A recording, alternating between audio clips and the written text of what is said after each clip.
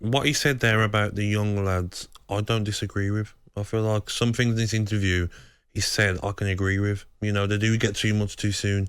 You know, you play 2-3 games and you look like this top player, and then boom, 50, 60, 70 grand a week. And Ronaldo's probably thinking, I had to work hard for that sort of money. I had to put in 15, 20 goals a season to start getting, you know, that sort of money. So I agree with that, definitely. But what I would say is that Ronaldo, I don't know, just if you're a young lad now in that squad of players, Elanga, Garnacho, all these young lads are probably thinking, like, he's sort of, you know, he's outed them, hasn't he?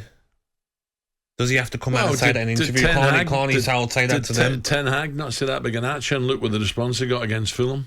He had a little pop at him, and he pops up with a great goal, great finish. But I do agree with how that young lads at Manchester United should be trying to shadow Ronaldo. Definitely, they should be round him saying, "What do you eat?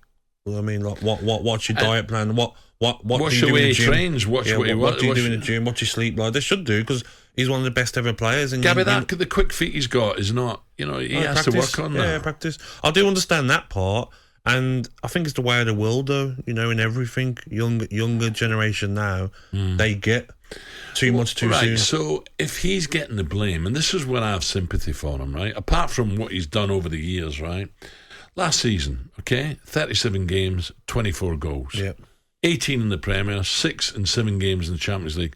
How can he get the blame for a mediocre Man United? How does that work? I don't think he got the blame for that. I feel that I think he did. People will always be against Ronaldo, and some people the last season were saying, yeah, he scored goals, but he doesn't press, he doesn't do this. And he's probably thinking, my job's to score goals. Do you see Haaland press? No, 100%. But this season, he's had his problems off the pitch. You know, the sad news about his family, the loss of his child, and he's saying they didn't believe him. Yeah. How do we know he's telling lies or if he's telling the truth? But that would affect anyone, so you can understand that's affected him. He's missed pre-season. The team's not started great, but then they've started picking up form. He's out the side. But I think the big thing with Ronaldo is that he couldn't handle the fact that maybe the team are better without him this season. Last season, no, but this season, they look better without him. They've got Anthony and they've got... How many games have we played? There's a long way to go, No, Gab. I'd love to see this end of the season. But recently, do you know what I think he's missing? I think he's missing Fergie. Yeah. Fergie's control over everything, the club, the first team, reserves, everything. I think that's what he's missing. I don't think he thinks there's any proper direction. So what do you think of, like, his comments about Ten Hag? Do you think that he should be able to say we're that? We're going to hear that. You shouldn't slag your man, but he knows he's out. He knows he's out now. Yeah. That's why he's come This is what I said. I said that, like, Ronaldo's probably contacted Piers Morgan and says, you know what, I'm going to do a big interview for you because I like you, I'm friends with you, you got my back. And he's thinking in that interview, I'm not going back to that training ground. I'm going to leave, I'm going to go and play for Portugal in the World Cup, and my agent's going to have the job. That's why I pay millions to sort out my payoff at Manchester United, sort out my exit, and sort out my next club.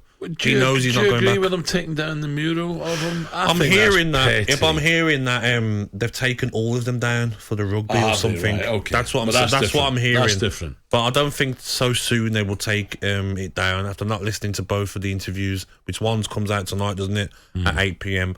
I don't think they'd do that straight away. I'm hoping not. And by the way, Erik Ten Hag is suddenly now getting, United are now attacking. They're now playing the way they can play.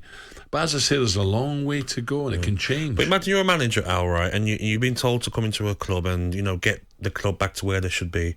And you've got a player who can score goals, but he's not doing the things that you want as a manager. You should have the power as a manager. Otherwise, there's no point in Ten Hag being there.